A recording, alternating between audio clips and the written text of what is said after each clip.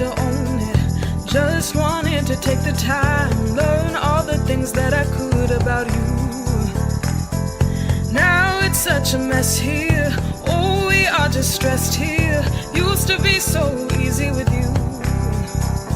Well, thanks for coming on the show today. You've never been here at this studio with me before. I haven't. We had a great interview at the Hall of Fame. Did you go this year? I didn't get to make it this year. I didn't either, so. I was nominated and I just couldn't make it. Girl, you're nominated every year. Is that surprising? No. That year. Oh, you weren't last year? That was my first year there. Okay. Yeah, well, we'll have to tag that interview for your viewers now to get a little refresher who I am. Yeah. Oh, yeah, you wore those huge stilettos. I'll never forget that. You were tall and extra tall. I was like 6'5". Yeah. So you're here in Fresno. I know you come in and out because you do different things here. Where are you living mostly now? I live in Las Vegas. Fresno is always going to be close to my heart. I was here for 3 years in the past, but my childhood home's way up in the mountains, where I just came back from, in a little town called Big Creek. I was honored to teach a beginner's jiu-jitsu class to the students up there. It was really cool.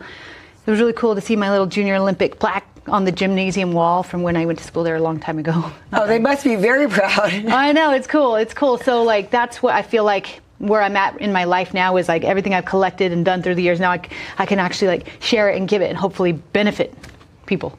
I love that. And then, so what's going on Friday? Can people sign up still, or is it small, or like we look into signing up? So I got booked to work at the Big Sandy Rancheria where the casino is, Mono Inn.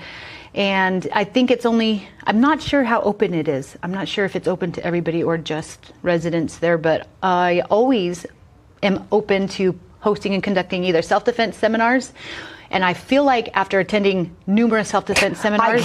I need to keep track of that. I know. Well, I've attended so many. I like what I've collected for mine because it has to do with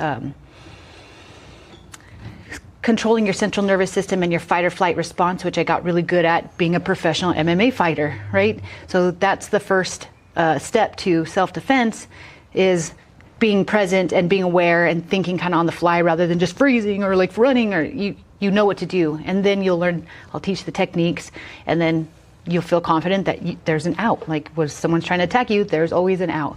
And so that's the difference with mine. But well, I love the one I took with you. Yeah, because you had the videos to show about it and how people have reacted on their own. And I love that you have. I learned that way by like videos, other experiences of other stuff. She had shown us videos on that day about other women. That was that weightlifter woman who guy came in and tried to attack her, and she did one thing right, which was put something between them. She was a normal person. You say weightlifter, but it was a normal person like most of the people watching. At the gym. A girl at the gym. A girl at the gym, but like a normal person. So it's really anybody can do these things, and that's what you show. Is like you don't have to be like really in shape. You can be a normal person. Absolutely. Sometimes you just need that little reminder. So if you go attend the class, you're like, oh, I can get a 300-pound man off me pretty easily. It's called gravity helping. Yeah. So that's what I like about your stuff. You show that anybody can do that. You don't have to be in shape. You don't have to be like this big gym person. Just be a normal person that like self-defense. Well, and that's why I love jiu-jitsu as the main form of self-defense, because it was designed for the smaller, weaker opponent. But that's because technique will trump strength anytime. But you have to be like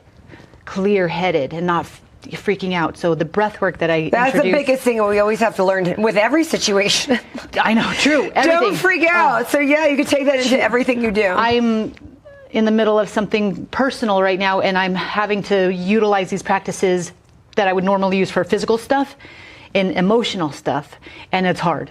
But it's the same practices. It's the pausing, not freaking out. The breath work is helping to keep my nervous system from freaking out, and so it all lends to itself. Yeah, you walk the walk. Everything that you preach, you practice in yourself. So that's a good part of it. That's what I love about you. I appreciate that, because I'm kind of going through a crisis of faith where I feel like everything I've been preaching, I believe in, but whatever it is I'm dealing with right now, and don't mind me, guys, as I get personal, whatever I'm dealing with right now is like, man, I really have to hold the faith. But right now I just feel a little bit discouraged and lost. Is this really going to work? Like, is this working out, or has it been a lie? But I believe it. And when I get through it, I'll tell you, and you can see. And I think we always I think that's always happens. That's how we get tested the most too. And that's why I don't even like to be don't want to be a Debbie Downer, but when I'm too excited about things, sometimes I have to like calm it down because like if I do something, I'm gonna jinx this moment, and then I get those moments a lot where it's like I'll get the opposite of something great, and I try not to have those like extremes. But it's not, we should boast about we have good things in our life. It's not bad to do that. I'm just telling you, like in my head, and getting that whole like you said, you're usually so good, so focused. Then something comes that like questions your faith and everything. You're like And so yeah, I think that's a worrisome that we deal with. Like definitely, but I think it's good that it's good to be really excited and be happy about something, but like stay in control of it. Yeah. Don't have these extreme emotions, these high highs and lows. We have to kind of keep it like. Just as long as you're in control, like it's intentional emotions. Like, I'm so excited about this. Then, okay. But then not like, I don't know what to do. I'm so excited. It's hard. We have to be a normal heart monitor, not like a. Yeah. Consistent. Ups and downs. But that's life, right? Yeah. I love how you said you're down to do any type of seminar if we want that to happen at like, what's the limit of what's the least amount of people you're down to do something like that for? Oh, any amount. I'll do private one-on-ones even. But I loved the one that you went to was for Fresno Area Indian Health Project. There was at least 20 people there. I forget. There was quite a bit, and the space was quite small. So that's what I was like. No, it was huge. So that's why I wondered what the limit was on like if somebody wants you and says, "I have a group for you. Come teach us self-defense," or I want to know what your group. We'd have to find the location, and then we can. Especially, I have an assistant from Fresno, and she'll come help me. And as long as I have her, then it can be a big group. It could be a small group, any group. I love to But like you anything. said, that was a small room, and all we needed was gym. All we need really is mats, right? Yeah. And I have a jiu-jitsu place that'd be willing to let me use their space. Oh, Halo? Yeah. We've had him here. Angel, I love that guy. So maybe in the future I could organize something like that for Fresno because, like I said, I've come for the IHP like for the last 4 years to do self-defense, but I like my curriculum now. Since you were there, it's even more tailored and structured. Oh, I bet that was great back then. So I'm sure, like, 2 years later, you've really mastered it. Thank you. Oh, I would love that. Keep me posted. I'll always bring people like I did. I think the three of us came last time, right. 3 or 4 of us. I know. Your group of girlfriends are so committed. They are. We're like, hey, someone wants to teach us how to kick a guy's ass. I mean, that's pretty enticing. Well, and that's the other thing about my self-defense seminars is it's proven because I worked this underground world of men paying me to fight them. And if they don't train, which none of them do, I win. So really, they just come in like thinking that you're going to not be a worthy opponent, so they just don't train? There are thousands of men from around the world that think women aren't strong. But once again, technique trumps strength anyway. You just have to learn it. But I'm also 5'10", 170 pounds as I walk around, and I have always been an athlete, so I've always been strong. But it was an easy job. It's a fun job for a while. When you lost that one fight, I don't like to bring up bad things, but it was by a girl, right? The last one where you That's totally different. Yeah, that's not this whole underground that's world. MMA. Okay, yeah, jiu-jitsu and MMA is different. But you will use a lot of your multiple trainings to like in your It's seminars. all the same. So for the viewers, what I've talked about so far is self-defense stuff, beginner's jiu-jitsu for the kids, an underground world of where men pay me to fight them, and then my professional MMA fights. So they're all the same umbrella, but like totally different things. But you'll take little things from that you've learned from everything to put into your seminars. All of my trainings, yes, goes into the seminar. All of my trainings, all of what I've experienced, all of what I've used to regulate myself before a fight goes into what I teach, because that's what I've learned and personally used so I could give it properly.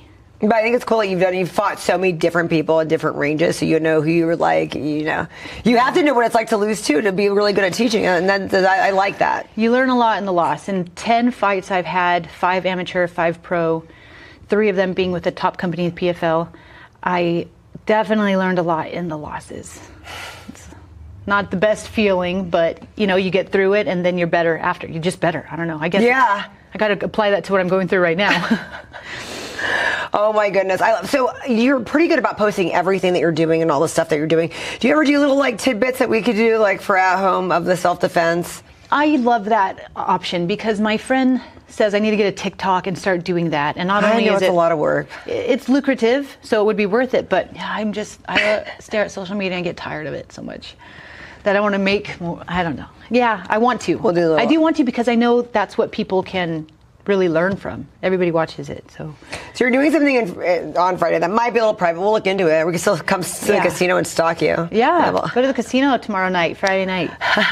Yeah, we could do that. Mono-win. Exactly, mono-win. Yeah, that sounds like fun. That'd be cool. But so you do come, usually you come to Fresno a few times a year to do stuff like this. Yes, often. And more if I have more to do. So if we just follow you, you'll kind of let us know, hey, I'm going to come. You can get in on these seminars. I'd love to go to another one now, too. Totally. And if anybody wants to put on a seminar for their work group, workplace or something, that's the we can best. Find a place and make it happen. And you really just need the mat. So if you had a room just like this, if we took out the equipment, which we brought it all in, you see how it was bare before. Yeah. We could have just done that with the mats laying out here, and you could have... Yeah, I have mats to travel with. I would prefer to use the gym. Yeah, a gym's ideal, but... Right, and that'd be easy. But, yeah, wherever. And then Halo, like if we have a group of 20 people, that's probably good, like an option. Plenty of space. But that's great. Like you said, company parties. Yeah, stuff like that. How fun is that? You always want to beat up your coworkers, and now you get an excuse to. I love that.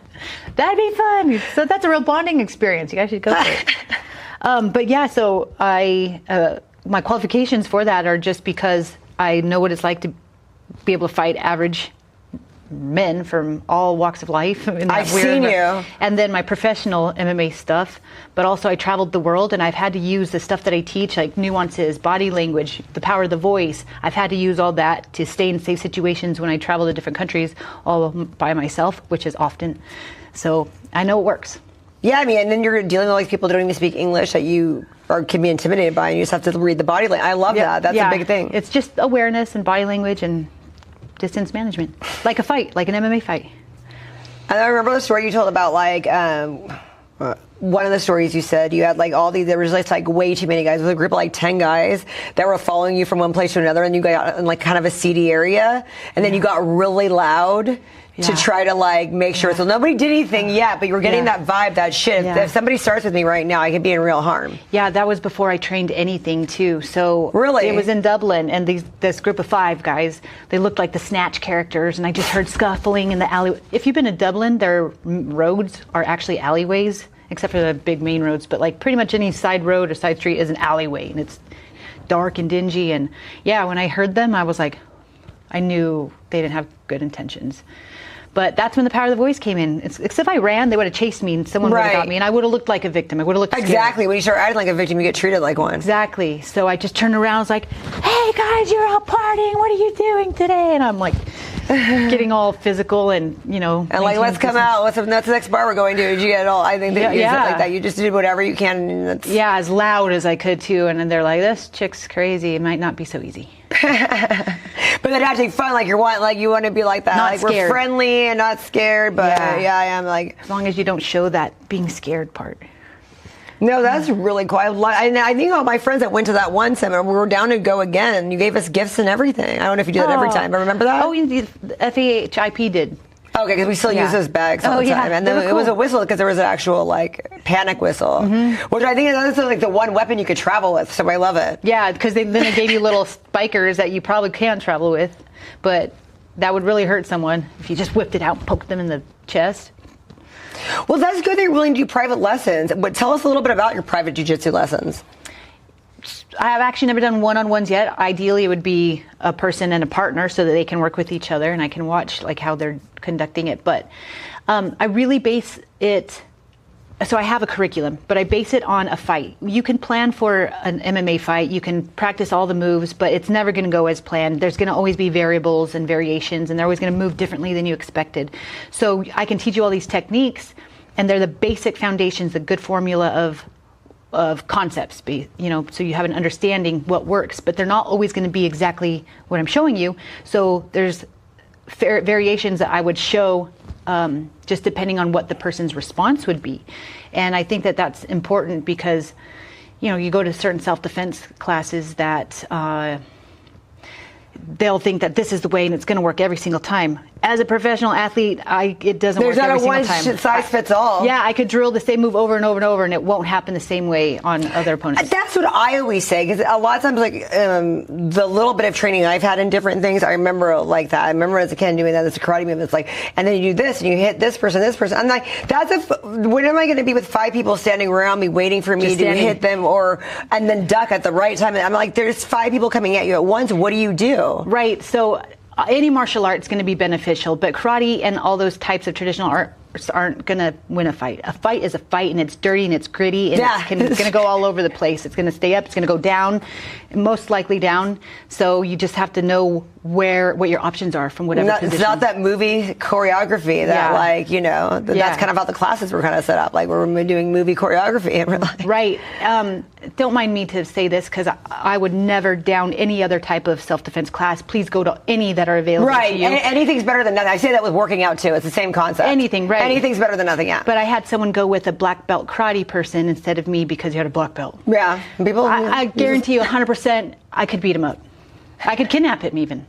I'm certain of it. But, because there's just a difference of being in a real fight, being in that situation. Like you said, it's gritty. Mm-hmm. And then it's going to go to the ground. And what's the karate instructor going to do? And I don't condone strikes, like punches, unless you're a seasoned boxer or been punching for a while. You're going to hit someone as hard as you can. You're going to hurt your hand. You're going to break your fingers. Yeah. And if you don't hit them hard, you'll just make them mad, and then they'll go after you more because that fuels them. So I don't really go for that. I like palm strikes for maintaining distance, but not like trying to beat them up because you're not a fighter. And you don't break your wrists like that so much with the palm strike. That's cool. You know what else? This is a Sparkle show. I hope it's okay. People are like, why don't you just kick them in the ding ding? Why don't you just kick them and you've talked about that. Like, we're not supposed to do that. You can, and it might hurt a lot of people, but some people like it. Not only do they like it, I know specifically they pay money to have it done. It's a weird world out there. It's a weird world. Whatever, everyone has their thing. Yeah. So where's the best place? Again, I know we're not going to give all your secrets, but where's the best place to hit a person? Hit a person? Or they say kick him in the ding. So where's the best place? If that's all we have is like a foot or a hand, what is the best thing? Well, once again, I would avoid that. My self-defense is get away and get to safety. But it depends on what position you're in. Are you on top? Is he on top? Like, where are they? Are you on the ground? Yeah. So it really makes a difference. People say eye gouging, but a lot of the situations are in domestic situations. Like, you don't really want to eye gouge your abusive partner because you love them. Like, it's any woman that's been in a domestic violent relationship, they wish their partner would change. They want to love them. They want to believe in them. So they don't really want to blind them forever. Yeah. So where's the best place? Kind of like, because I've heard different things. There's different. Everyone has like a spot. What's one spot that we don't think of to go for? Like this little hole. Just make them not breathing. No, you can breathe. It's just painful. Like, have someone push right here in that little hole spot. But I mean. And that's easier, because eye gouging is a little bit hard. Yeah, but if they're on top of you and you're doing that, then they can just move away. If you're in the open, you do that, then they'll just move away or come closer. It's not like you can get a lot of good power if they came closer to you and grabbed you around the waist, and you can't really push, or they're taller. So I teach you, if they're that close, you can get these underhooks, get to the waist. You're in control now. You could take them down. You could push them away, and you're out. That's what I condone. Don't engage in the fight. I have a couple more questions. One, do you do virtual training? I know it wouldn't be the same. I have considered it, and my good friend Nicole, who made her first $1 million doing things like that, is the one who wanted me to do TikTok and wants me to start there. But I like a brick and mortar. I like that individual. Yeah, like I said, it wouldn't be the same of what you do now, because she gets into it. I actually had to fight her. That was funny. I don't know. But you get into it, and that's cool. When you get into it, it's completely different, because then you can show us and be like, I'm going to be like this. How am I going to get me off of you? And it is very helpful to have that. And so I guess I wouldn't mind maybe live training. That could be different. But just to have like pre-recorded stuff. No, not pre-recorded. That's what I'm saying about virtual, like when they're on with you the whole time for that hour. Yeah. Because you don't get to be physical with them. Right. Like you did with us in our seminars. Right. They would just need a partner. I mean, I'm open to it. I have yet to establish that, but it's been on the radar since last year. And then another thing, are you down to train guys? Because a lot of women doing self-defense, we're trying to like avoid guys and they're being violent towards us. If you train guys like that, does that make them violent? What's your perspective on that? Sure. So 2 things. Just last week, I was on the other side of the mountains in Bishop, and I did kids jiu-jitsu for 3 days and a self-defense seminar. There were 3 older, bigger men and 3 girls, and they were perfect partners. Oh, I bet. And the techniques worked. Like the men were strong and had trained other martial arts, and they couldn't keep the girls with these techniques. So it was cool to see them really understand that it really works. But here's the thing. Someone said, well, what if these guys go to jiu-jitsu and then they get good at it and none of these techniques work because they're good? Here's the thing about jiu-jitsu that's so awesome. And I think martial arts, but I only know jiu-jitsu because I know it. If they stuck around to train jiu-jitsu for any amount of time, they're going to be so humbled. They're going to be a different person after that. They're going to not do that. I can guarantee. Yeah, because a lot of aggression's a different. It's a different mindset. So you're taught to like use when necessary. You're not out there guns a raging like, hey, I have all this testosterone. Yeah, exactly. And it's just humbling, and it just makes you realize you're not as tough as you think you are. None of these guys that start fights at bars, they're not as tough as they think they are. They have some issues going on, right? Or if they don't stick with jiu-jitsu and they go like the first or second time, they'll be like, oh, I don't like this, because they don't like feeling humbled, so they'll leave. So they won't learn anything. So then your techniques will still work. Okay, thank you so much for coming here today. I love it. I love how like you see us when you're in Fresno. It's such a treat. How do we follow you? Everyone's got to follow you. If you know me personally, follow me on Facebook, Jeslen Mishelle. But I'm way more active on Instagram. So if you have an Instagram, please follow me at Body Slamming Queen 333. That comes from my pro wrestling days. I did travel the world and do pro wrestling shows and was an extra on SmackDown and Raw a few times. Different story, different interview. But body slams are my thing, and Body Slamming Queen 333, just like my little tattoo right here. Where are you? Those are my lucky number. I'm 3/30/83 is my birthday, so that's why I'll remember this. Those are good. I love 8s and 3s together. Love it. I love Sparkle. Thank you for having me on here. Thanks so much for coming on today.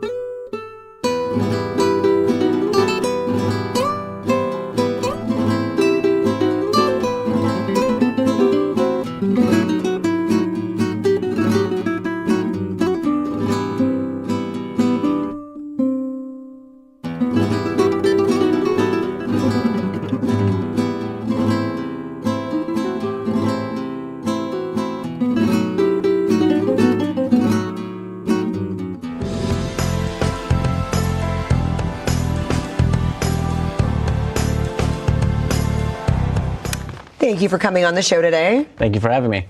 Okay, so explain to our viewers what you do. So I founded the Academy of Financial Education, and we are a local nonprofit organization based here in Fresno, but we serve, statewide, and we provide personal finance and business financial education for youth and adults. So how long has this been here in Fresno? September 2023. I love that you said so. It's started here in Fresno, but now it's statewide.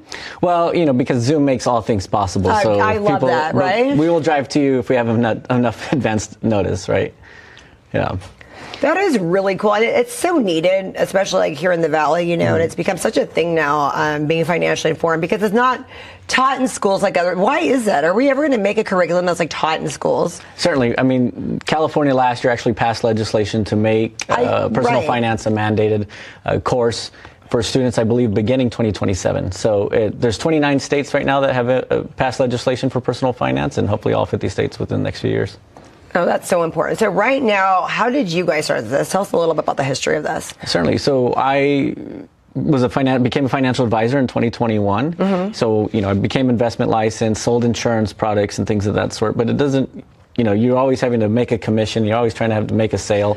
And that's not really what the goal of what, I had in mind. And so I just decided to But you're an actual financial advisor. Yes. So I sold the investment products, did the insurance products. Because a lot of people just do the sales part of it, and they're not the actual financial advisor. So right, where they might just sell you insurance, but they're not familiar with the investment products.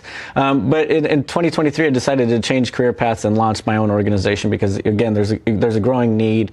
Central Valley is one of the most impoverished areas throughout the state of California, if not throughout the nation. Sad. And so we want to make sure that we're helping people become financially resilient. So I like to say that it's more than just financial literacy, it's financial behavioral change, right? So we really want to make sure that we're getting to the root of the problem with folks, not just teaching them one or two concepts. We want to help them understand where their behaviors come from so they can become financially successful. Where do a lot of these behaviors come from? Do you think people are taught bad habits, or are they? Well, it comes from your parents, right? So financial literacy, these are great things that happen in schools and to learn from, maybe sometimes on social media if you have a trusted advocate. But most of what your financial decisions are based on are, first of all, your emotions, but also what you learned from your parents. So if your parents aren't talking to you about it, right, and you're definitely not learning it at school, then you can get, bad information. You might not be in charge of your emotions, and then you're spending too much money, right? And you're amounting, lots of credit card debt and things of that sort, and you're not staying focused on those goals and those values that you have. So I know we have extremes here. So, and I'm Armenian, so what they say about us, we're all cheap with money. That's true. Okay. I don't know. Some people say that's a good thing, but that's not what it's about. So you have people that are very conscientious or very cheap with money. So they're never investing in anything. They're kind of just all like that, and that's not good to be. But then you have the bigger problem, which most people are, and they're spending too much and then accruing too much debt and all of that. How do you get people to have this balance, spending the right amount of money, investing in the right things, but not spending their money? How do you get people to be balanced? Well, we certainly want to help them by asking in particular questions, right? So what did your mom teach you about money? What was your first experience with money? Or maybe what did your father teach you about money, right? Those might be a few questions that they circle back on. So for example, I had a client who I'm working with, young man in his mid-20s, and we conduct an exercise where he realizes that he's actually money avoidant, right? Which, when you're money avoidant, means you don't look at your bills, you're not really discussing money, things of that sort, so you kind of shy away from it. A lot of guys like that. Yeah, and you kind of avoid the problem, which therefore makes it even a bigger problem because you're not focusing on the budget or the bills that you need to do. And in subsequent meetings, he realized, he says, Samuel, what I learned is that part of the reason why I became money avoidant was because when I was a teenager, I was trying to buy a car and I wanted to approach my father about debt, talking to him about debt. And the first thing he told me was, you can learn about it when you're older. So that one statement, right, kind of deterred him from conversing about money moving forward, right? And we are taught we're not really supposed to talk about money. You know what I mean? Like in social situations, you don't talk about money or religion. How much? You know what I mean? Yeah. Those are the faux pas. So how do we have the conversation responsibly that we're supposed to be having? Yeah, just a lot of self-reflection, right? And then again, if you can work with a financial therapist who can help you, again, identify those traumas or those financial flashpoints that you might have had as a younger person, it can really bring it out. So right now, the Academy of Financial Education, is that for just younger people or everybody? It's for adults, adults and youth. So it can be for K through 12, right? We really specialize with adults, however, because again, becoming a financial advisor and working mainly with adults, and that's where a lot of folks really want our services because they're having trouble either understanding money or getting control of their money, managing their credit card debt or what have you. And so it becomes really relevant, right? And that's the circle in which we're really working in. So how do people get with you, or you take them on and they can come to the Academy? How do they get to come? Certainly. Well, we have our website, www.taofe.org. We're also on social media, Facebook, Instagram, and TikTok, right? And people can contact us through there to set up appointments if they want that individual financial therapy or if they want to have a group session for their business or organization. So you don't have to be poor to go there. You could be anybody. No, we certainly aren't going to charge individual community members because we already know that they're struggling as it is. So to pay for a class like this is just going to add additional cost. So we want to make sure we're giving as much information as we can for free. So that's why it's a nonprofit. Yes, that's correct. Well, and that's great because I think, that's a big thing that why we don't get the education we need eventually, because we don't want to have to spend money when we're already in a financial deficit as a person. So. Right. And it can be very difficult to talk about money too. So even though these services are available, sometimes people still, want to avoid it. They still, have a difficult time talking about money. And so we're really just trying to make sure that people embrace us as an organization and understand, like, hey, we're not here to sell you any products. We're not here to sell you insurance, put you in an investment plan or whatever. We're a completely nonprofit organization, and this is just educational. And then what about people that are just like, well, I need another job, I need to make more money? What do you tell people like that are really just like, their bills really are more than they make and they have to have those bills? Certainly. Well, we want to understand the situation better, because sometimes people actually are making enough, if not a little bit more. It's the spending habits that are out of control, right? And so we want to help reduce what they're spending their money on and start to save. So again, it goes back to, well, what are your values, right? When it comes to retail therapy, shopping when I'm sad, shopping when, things aren't going right in my life, we want to refocus what our values are, right? We want to say, okay, look, I understand that you're sad and maybe you might go spend $20, $30, but don't go spend $200, right? Remember that your goal is to buy that house in 3 to 5 years. Remember that goal is to buy that car or go on that vacation that you really want to have, right? And focus back on the values. If your values are independence, freedom, things of that sort, right? Going to the bar every week is not going to get you to that independence and freedom, right? So we want to, again, refocus where our goals, our values are aligned. And you give people their budget. You help people budget, basically. Yes. And then, again, we can teach them strategies to negotiate their debt. So if they have high interest credit cards, or if they have a balance that they're no longer able to pay because they lost their job, they became disabled, whatever the reason might be, we can give them that information on how to negotiate so they can get out of that debt sooner and be on the road to success and rebuilding their credit. I think one of the hardest things too is that we're supposed to have some debt and open credit cards. You want to have no credit, so that's why some people that are sitting on their money and not putting themselves out there with credit. Is that something you really kind of get into the nitty gritty of too? I think that's where I would kind of stand, is like, well, okay, now I have some money. What should I invest in? And oh my gosh, am I, can I get rid of this credit card? Do I have to pay it? Like, how do you help us with like all of that? All of that, of course. I think that, there are some folks who believe, hey, if you can't manage credit, don't have it. And then there's other folks like myself who are like, I would have not been able to buy my house, 8 years ago if I didn't build credit. Exactly. Right? And, and then on the opposite end of that, I've had friends who are like, well, I bought my house solely on cash, right? Or with a down payment of cash. And I'm like, well, that's great for you. And everybody has their own story. But if at some point in time you may need to have credit established, whether you want to have a loan for your business, right? You want to have a loan to buy that house, buy that car, you're going to have to use credit. And the credit bureaus like to see active management, right? That you can control it. So you kind of always have to have credit no matter what, even if you could pay everything off. I would highly suggest that you have a good credit score, and that you're actively managing it. So yes. if you don't have anything like out there floating around, then yeah. And then what are some of the success stories that you've seen? I know this has only been around since 2023, but I'm sure like in that time you've seen some things that really went from like 0 to 60. Well, through our classes, we've had folks who establish savings accounts for themselves or for their children. They set aside money for investment planning. We've had people whose credit scores have rebounded or gone up, right, by more than 50 to 100 points by working with us. And so, again, those are some of the successes. We want to see more of those successes, right, happening in our community, because we know that many people are being taken advantage of through fraud and scams, through bad actors who offer credit repair services, but they're actually taking advantage of them and charging them high fees.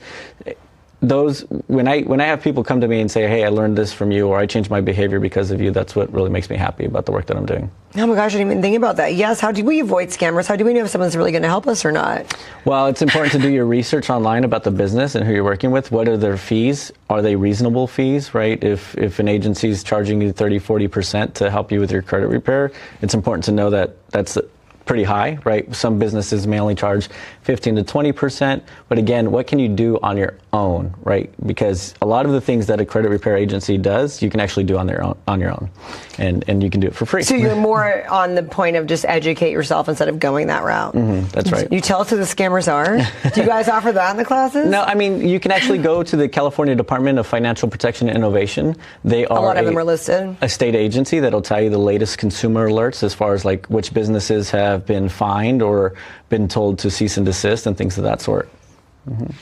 Okay, so you do help a lot of people, and then you help people, you said, with their businesses. On a business level, what kind of education do you give people on a business level of, like, if they have employees and such?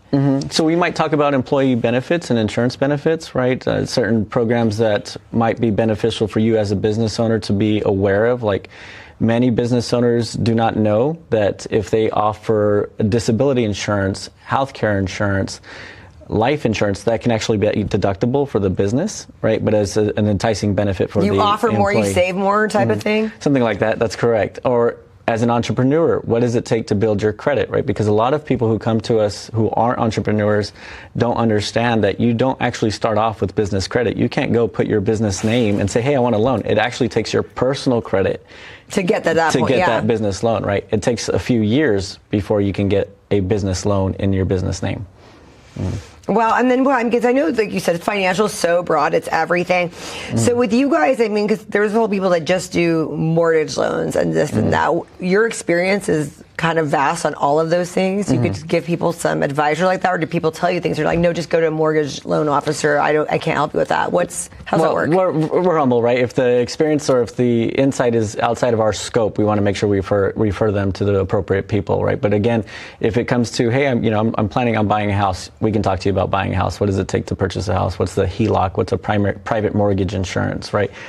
What should your credit score? You can give people kind of like all the education before they get to that point with their loan officer, kind of. That's like correct. And what to expect, right? Because I'm a homeowner as well, so I have that direct experience to discuss.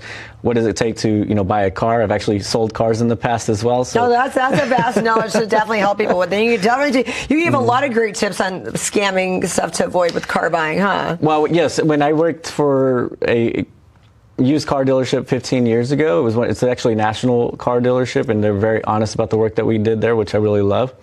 And learned a lot of tips and tricks as far as like what the other dealerships do when it comes to selling a car. And again, we want to make sure that people are prepared for that situation when they go in to talk to the salesman, and what they should be looking for when they buy a car. Again, what to expect as far as credit expectations, references, things of that sort.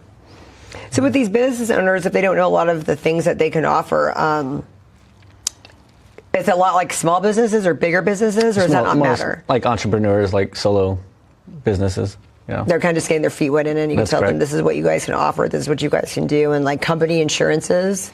Yes, what kind of insurance they might look for, right? Liability insurance. If they're setting up as a nonprofit, do they need board of directors insurance? Things of that sort. Again, speaking from that direct experience.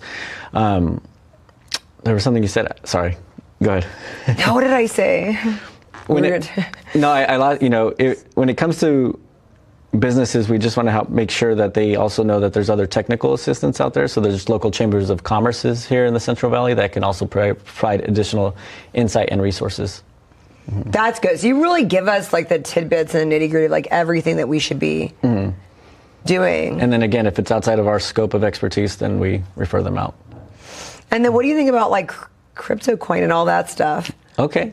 Well, that's a good topic, right? And I think when it comes to cryptocurrency, right, we were seeing a lot of movement at the national level. They just passed the Genius Act.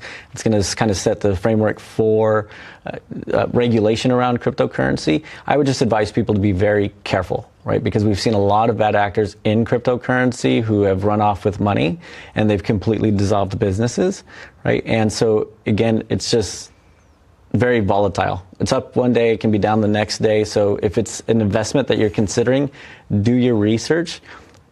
Maybe make it a standalone investment, right? Because we're moving forward into an area that we're not familiar with, and cryptocurrency can be part of your 401k. And you have to ask yourself, do you really want cryptocurrency to be a part of your 401k? Because again, it can take it really high. Do we? Or it can take it really low. What about your personal experience? What have you seen? In my personal experience, I've had those investments, but I don't, again, everybody is on their own, right? I can't make individual recommendations on that.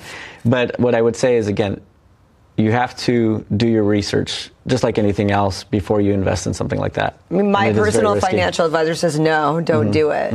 But I've heard of a lot of success stories. That's why I was kind of wondering what your take on that was. Well, I'm not rich off of it, if you ask me that. So you're kind of like, just be very, over that. Wow. What is like one of the biggest mistakes the average person's doing right now? Running up their credit card debt.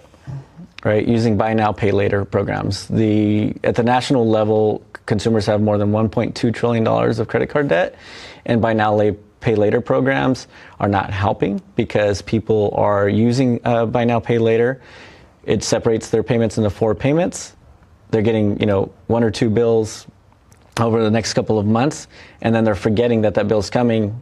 They're buying other things, or they're paying off those other debts, and now it's just mounting up, right? And the other thing that they need to be apprised of is that buy now, pay later will now be on your credit report, so it could actually tank your credit score. Really? Mm-hmm. Oh my gosh. And then not only are we supposed to have credit established, and we can't have too much credit established. Mm-hmm. Should you go on like what cards we should have and not cards? What's the maximum amount of cards we should have? What cards we shouldn't? Do you go? And that's something I really don't know.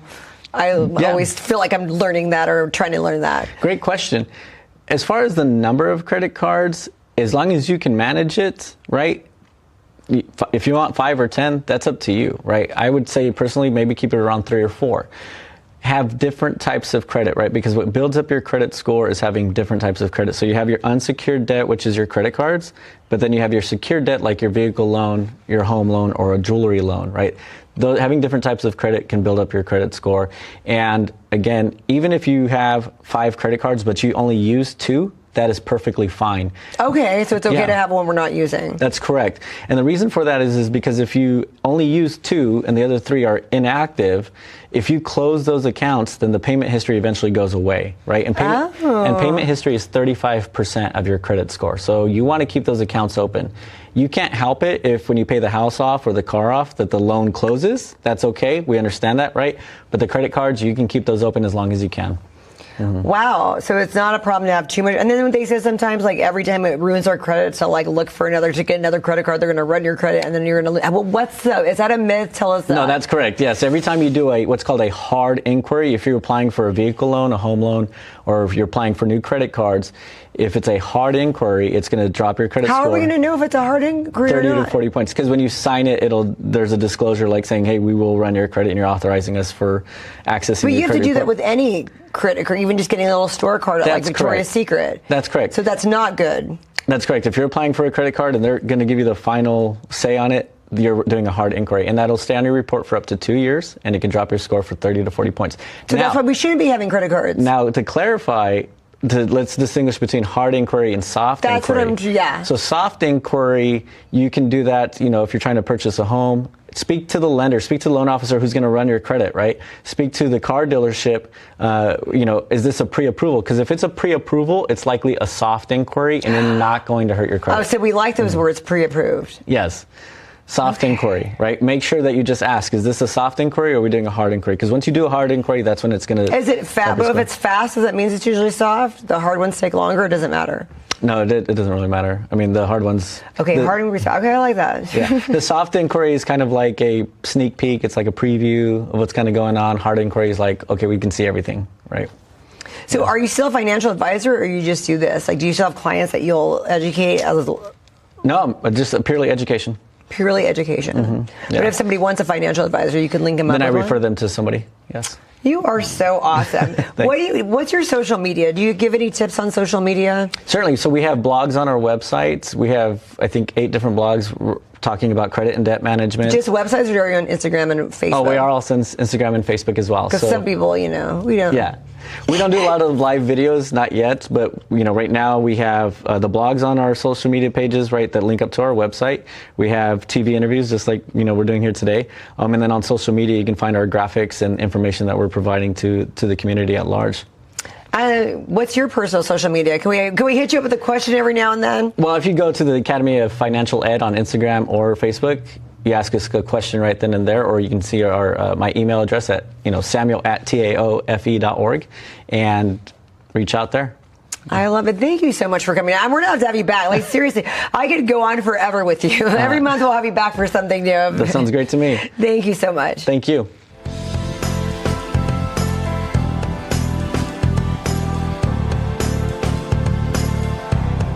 Thank you for coming on the show today. Thanks for having me.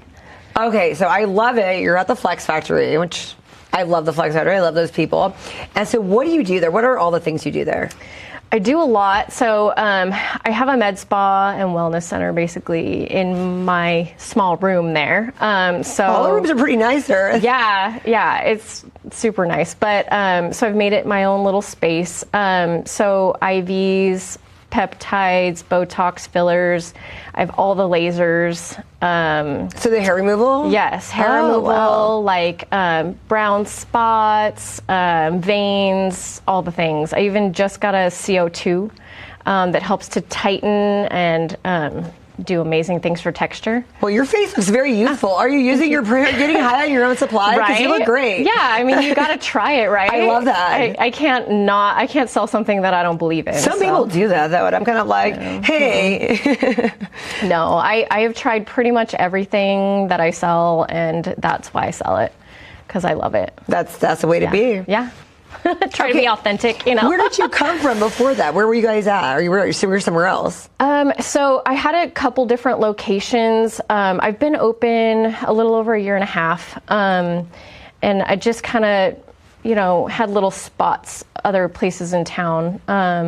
But quickly outgrew them because I have so many services that I just added on, That's really true. fast. That's a lot of services. So then it was in a year and a half, I just built up so much that because people kept asking for things that I was like, oh, wait, I need that too. I need that too. You're like, can I do that? Yeah, I can. I guess I'll get that. Yeah. So, and then the most recent thing that I've started with another NP, a nurse practitioner in town, is hormone replacement therapy. So optimization for your hormones and your thyroid.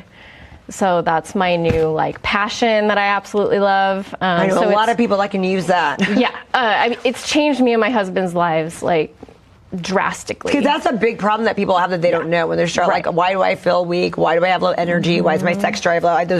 That's all part of the hormone replacement. Huge. And perimenopause starts usually around like late 30s, early 40s, somewhere around there, and then just kind of snowballs, and people just look for answers, and their doctors aren't helping. They'll check their labs, but that's true, pretty much right? it. Okay, so we can say that on TV. We can agree about that. The doctors don't always know, but it's not their fault though. They weren't trained in school about the hormones, just very much look at the reference ranges and that's it.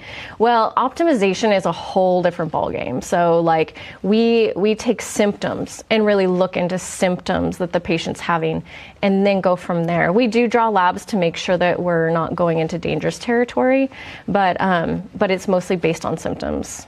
I've just heard of a lot of people have gotten that, and like you said, it's a game changer, and so it's something that's really important. And so your nurse practitioner helps kind of with that, and then you guys all do that. That's so awesome. Yeah, it's a huge passion of mine because it's changed my life so much, and my husband's super on board with it too, loves it. You guys aren't going to kill each other anymore. Now you guys are happy with each other? Was that part of it? Yeah.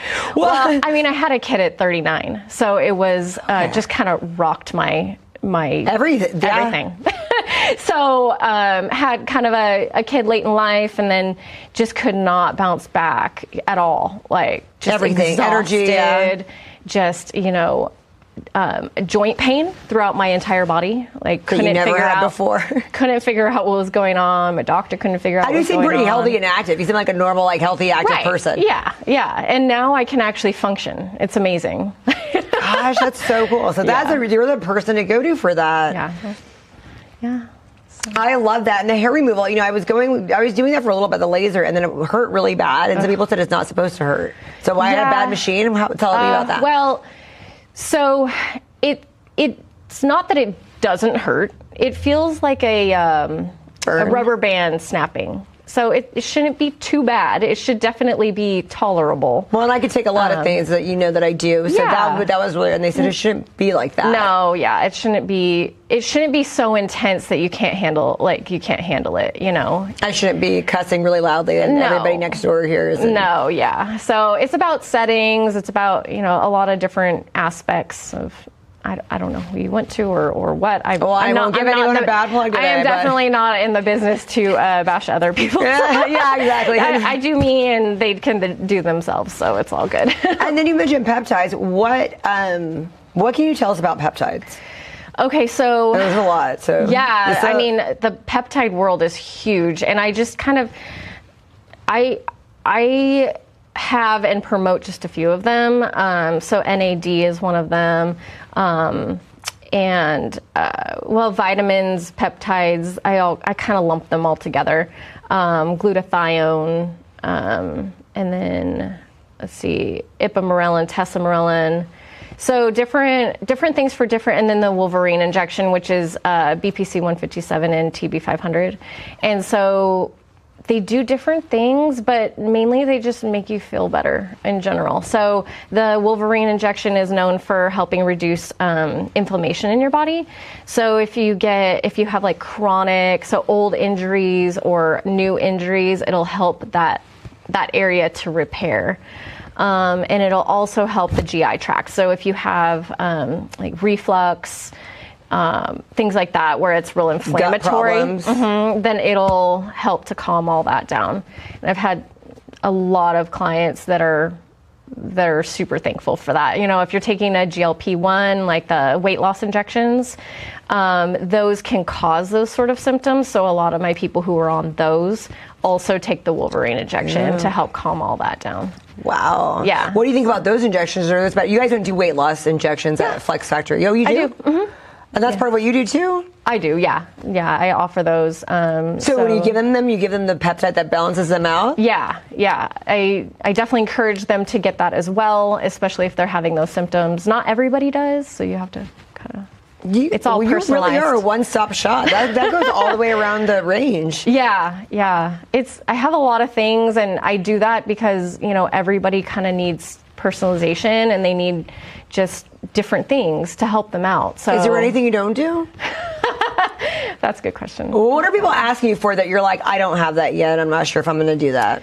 Ooh, that's a good question. I don't know. Wow, you do that much. That's great. I know Flex Factory does have a lot of features, and we've talked about that many times on the show. Like whatever you don't do, so people do massages there and all kinds of things, and they have all the like different machines that do different things. Right, hyperbaric, the red light, all of that. So whatever you don't do, that's probably there in some other chambers. And it definitely helps. Like I encourage my patients who do like filler, you know, injections and things like that, to go or even like the more intense lasers, like the CO2, to go to the hyperbaric chamber, or to go to red light if that's what is appropriate for post-care. But, you know, we try to all work together. And then Sydney just started up her esthetician spa. So we work together with pre-care, post-care, as far as like my services as well. So we try to all work together. So what are we doing here today? We're gonna do some what everybody likes to refer to as Botox. That's not, and I know that's just different. So Botox is kind of like saying Kleenex. Like it's that's a brand we know, but it's like yeah. So mine's called Jeuveau, and I try really hard to use that word as because it's an amazing product. Why do you like it more than you said you like that personally? Why is that? I really like it because it gives you a nice natural look. You can be frozen with it, but most of my clients like the natural look, and it stays where you put it. It doesn't have a lot of travel, which we don't want with our Botox or Jeuveau. But those are the big reasons why I like it. It's more of a natural look. And I just got used to it and love it. So I've heard before we're supposed to do a different product every other time, or different times. We're not supposed to do the same product all the time. Where's that? What's that? That is another thing. No, so it's because with Botox, I know it's Botox specifically, but I don't know if there's other brands that do this as well. But you can build up antibodies to it, which means that your body can fight against them and literally eat them up. And so it's not going to work. So if we confuse our body, then it's not going to be like, oh, this is a new thing. I'm not used to this yet. So Jeuveau has done studies. I think it's 2-year-long studies, and not one patient has developed antibodies to it. So, really? Well, this is good to know. Okay. Yeah. So if you're having issues with your Botox not working, then you can switch to a different product. And I love Jeuveau. So I've tried other brands, and I don't love them as much. So just go to the old standby. And when you do fillers, what kind of fillers do you do? Are you the same way with your fillers as far as product? I kind of am, yeah. So I use Versa as my filler. I love it because it's so versatile. That's why it's called Versa. Yeah, right. So it's by Revenus, and it's just a really versatile type of filler. So you can use it anywhere in the face. And then I also use the RHA Redensity if I want like a really thin, elasticy kind of filler. So that one can be used like under the eyes here. It can be used in the lips. If someone doesn't want like much volume, they just want like a little freshening, maybe look a little bit hydrated, stuff like that. And then you can use it like really superficially if you're just trying to cover or fill in some wrinkles and things like that. You're all about natural. You don't want anyone to look like the cat lady. I love that. No. Well, I always tell people, you're my walking billboard. Like, I don't want you to look crazy and terrible. Yeah. Like, I want you to look as a refreshed version of yourself. I think, that's usually the goal. Yeah. Yeah, you're not trying. I mean, some people really want the done-up look, but I'm not trying to make people look like that, so. And I try to talk people out of that look. Right on. Okay, well, I guess we're ready to poke me. Okay, let's do it. Okay, here we go. What are you going to do to me? Okay, so I'm going to use Jeuveau, which is a neurotoxin to help to reduce the muscle contractions of your face. So basically it helps to reduce the fine lines. Do you want me to put my hair up or you're good? You're actually fine this way. I can kind of work around it. It helps to reduce the muscle contractions, which helps to reduce the fine lines and wrinkles. And I'm just using this to clean your... Gotta clean the makeup off, right? Makeup. Yeah. We want to not have any infections. I'm so sorry. How often do you give I know every person's different. How often do you usually give your clients? Is it every like 4 months or kind of like? Yeah, it's between 3 and 4 months is the typical range. I have some people who like to wait a little longer. And honestly, everybody's a little bit different on how much muscle contraction they like to live with. So I do mine religiously, like every 3 months. Okay, so 3 months isn't too much. Yeah, no.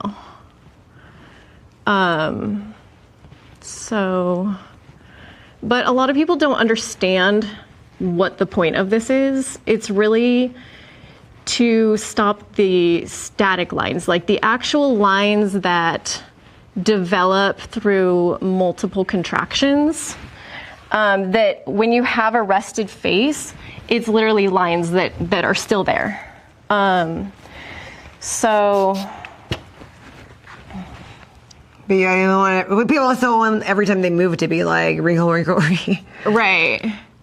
And are you doing the bunny lines today too, or not really? I'm actually the bunny lines are right here. Okay. And then the glabellar area is here.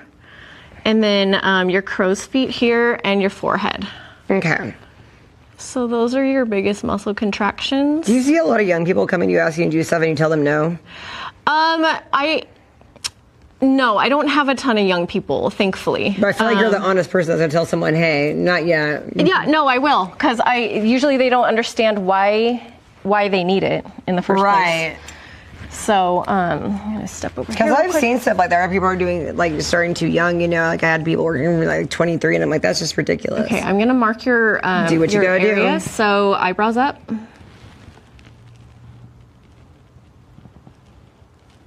Okay, relax. Do you do this yourself or someone else does it for you? It depends. Sometimes I do it myself, and sometimes I have somebody else do it. Wrinkle your face up. Yeah, perfect. Good. And then do the bunny face. Yeah. Okay. Do some people do this too much and you tell them not to? That's ridiculous. That they're over killing it? Because you don't want to overdo it, right? Yeah, no, it's usually people are pretty good about it. Okay. Thankfully. My clients are amazing. I'm a big fan. All right, so we've already taken pictures ahead of time, and so I kind of knew what I was doing. So as far as like how many units I was doing in each area, and your injector should know what the okay, sorry. Just relax your face. Do you do a lot of dudes? Guys are trying to do it more, huh? Not a lot, but a few, yeah. I do encourage men to start stepping it up? Yeah.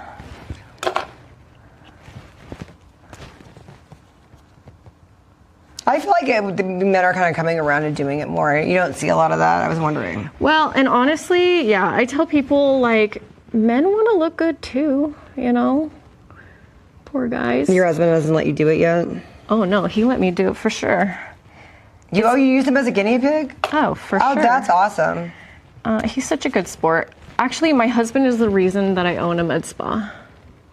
He is the one who came up with it. No the way. Idea. Yeah. He's like, you know what you should do? You have so many different needles. Some people don't have as many. What's the difference of that? So, the fewer pokes, the better. With the needle per needle? Yeah, they get dull really quick. See, everyone's been doing it wrong this whole time. We're not calling anybody out. Some people will just like pepper your Oh yeah, face. You're just getting the same boom, boom, boom, boom, boom, boom, boom. Yeah. And you do the same thing when you do injections? Right. I try to just do like 3 injections per area. Yeah, you're really smooth. Oh, well, thanks. Okay, we'll go I don't here. know if you're always like this. Maybe it's just because you're on TV. Oh, yeah. Just kidding. Not nervous at all. Sorry. You're good. Okay. All we care about is it looks good in the end. Right? So I always see my patients in 2 weeks to make sure they're happy with their results. And if I need to make any tweaks, I can. Because everything should be the way it's going to look for good in 2 weeks, right? Yep. But, with new clients, sometimes we have to do a little tweaking. And when does this one? Does this one show right away, or this one takes like a couple of days? Because there's a difference in some show right away. Yeah. So filler's always like, right then. That's over the top. Yeah. Right away. It always gets better after that. Yeah. And then, let me just. Okay. About 2 days you start to see it, and then 14 days is your peak. And that's when you're going to look the best. So you want to make sure if you have something important to do. Right.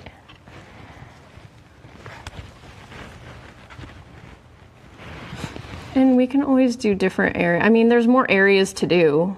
We can always do more, but I kind of just wanted to give an idea of how, like, a general upper face would be.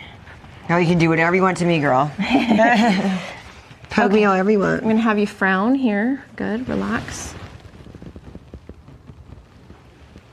Why is there always a big frown in that area? I know it's not for most people, right? Let's just see. You mean as That far furrow, as the eyebrow furrow. Yeah. Thing.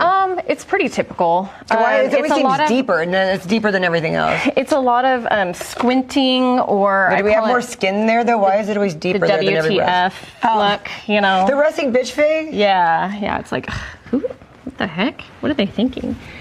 Okay, do that again, do that face again. The line's always deeper in there than everywhere else.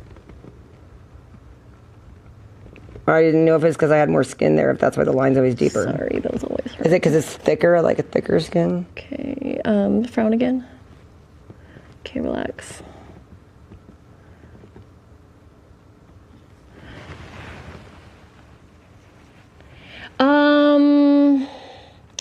There's a big muscle right here, and then these are the smaller muscles.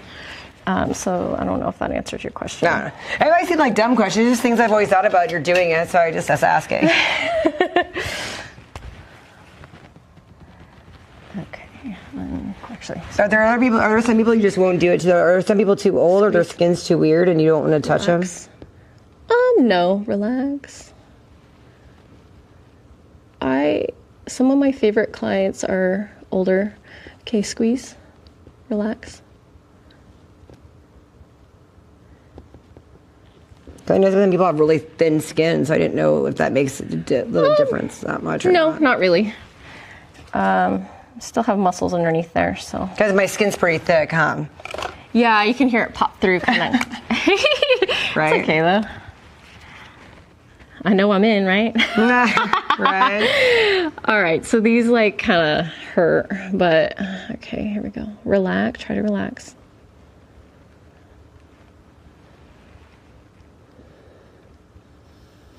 Okay, sorry. Not just your thing, girl. Don't Okay, notice my breathing. one more injection.